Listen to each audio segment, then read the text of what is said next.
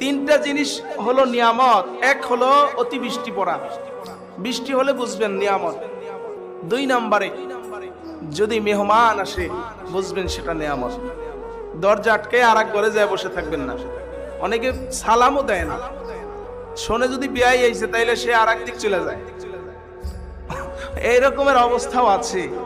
এগুলো করবেন না, সালাম দিবেন, কথা বলবেন, মেহমানদারির জন্য ব্যস্ত হবেন।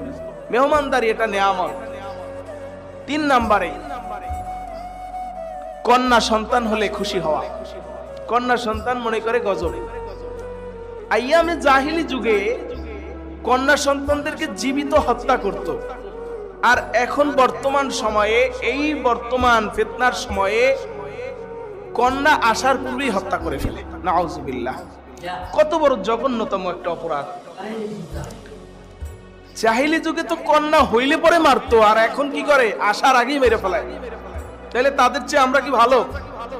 যদি পরাপর দুই তিনটা সন্তান কন্যা সন্তান হয়, দুই তিনটা পরাপর যদি কন্যা সন্তান হয়, তাইলেই তো যদি খবর পায় যে পেটেরটাও কন্যা সন্তান হইবে, তাইলে সেটা কিভাবে অ্যাবর্শন করা যায় অথবা কিভাবে তাকে মেরে ফেলা যায় বা না আসে সেই চিন্তা ফিকির করতে থাকে। নাউজুবিল্লাহ। এই কিছুদিন আগে এক ভাই তো বললো আমাকে, হুজুর যে দুই তিনজন মেয়ে সন্তান হয়ে গেছে, পেটেরটা যদি মাইয়া হয়, যদি ছেলে হয় তাহলে অনেক টাকা পয়সা লয়ে রেডি হইলেই অনুষ্ঠান, আর যদি কন্যা সন্তান হয় তাইলে আর কিছু করুন না। নাউজুবিল্লাহ, কি টেন্ডেন্সি তার! এ আমার সাথে হয়েছে, আমি আমার কথা বলতেছি, আমাকে বলছে। আমি তাকে বুঝাইলাম, ভাই এরকমের কথা কখনো বলবেন না। আপনি বলছেন বুঝে না বুঝে বলে ফেলছেন, এরকমের আমাদের টেনশন আইসে পড়ে, অনেকে বুঝে না বুঝে বলে ফেলায়।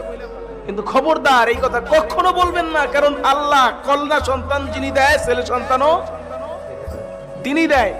কে দেয়? আল্লাহ দেয়। কে দেয়? আল্লাহ দেয়। কন্যা সন্তানও আল্লাহ দেয়, ছেলে সন্তানও আল্লাহ দেয়। আমরা কন্যা সন্তান হলে আরো বেশি খুশি হব। আল্লাহ রাসূল সাল্লাল্লাহু আলাইহি ওয়াসাল্লামের কন্যা সন্তান,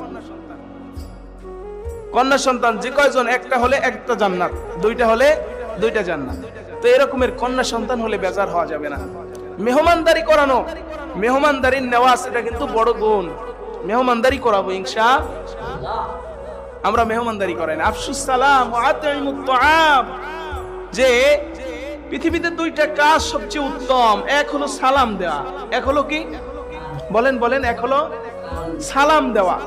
আপনারা কথা বলছেন না যে এক হলো সালাম দেওয়া। দুই নম্বরে হলো খানা খাওয়ানো, মেহমানদারি করানো। খানা খাওয়ানো, কি খাওয়ানো? খানা খাওয়ানো, মেহমানদারি করানো। এই সামনে আসতেছে রমজান মাস, আমরা ইফতার করাবো, খানা খাওয়াবো।